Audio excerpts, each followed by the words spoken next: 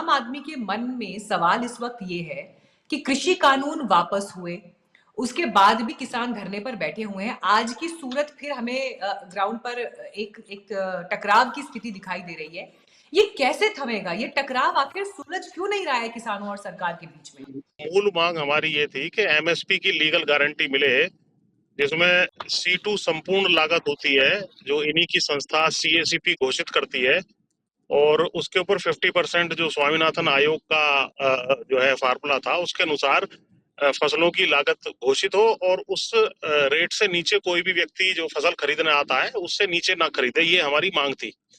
इस विषय में हमने तमाम जो है आंदोलन भी हुआ, अखबारों में भी लिखा, और सरकार ने एक जिद बनाई हुई है कि हमें इन किसानों को बिल्कुल जो है जमीन में गाड़ना है, इनकी कीमत नहीं देनी है, और बाकी चीजों के लिए इंडस्ट्रीज की कोई मांग हो तमाम ये जो है तुरंत पूरी कर देते हैं। किस प्रकार से 13 महीने से 13 फरवरी से यहाँ पर बैठे हुए हैं, पहले 13 महीने तक वहां बैठे रहे दिल्ली में, अब ये कह रहे थे ट्रैक्टर ट्रॉली के साथ नहीं आने देंगे। तो भैया लोकतंत्र चल रहा है कि क्या चल रहा है? अब ये पैदल आ रहे हैं, पैदल भी आप उनके ऊपर अत्याचार कर रहे हैं, आप जो है उनको आंसू गैस और तमाम चीजें उनके ऊपर छिड़कने का काम कर रहे हैं, कील कांटे बिछा रहे हैं। इस तरीके से आप अपने देश के किसानों को ट्रीट करते हैं। अभी उपराष्ट्रपति महोदय जी ने भी जो बात कही है, अरे उसी का संज्ञान ले लो। 1960 के दशक में जब भूखा मर रहा था देश, अमेरिका से मंगाते थे, तब इनकी अकल ठीक रहती थी।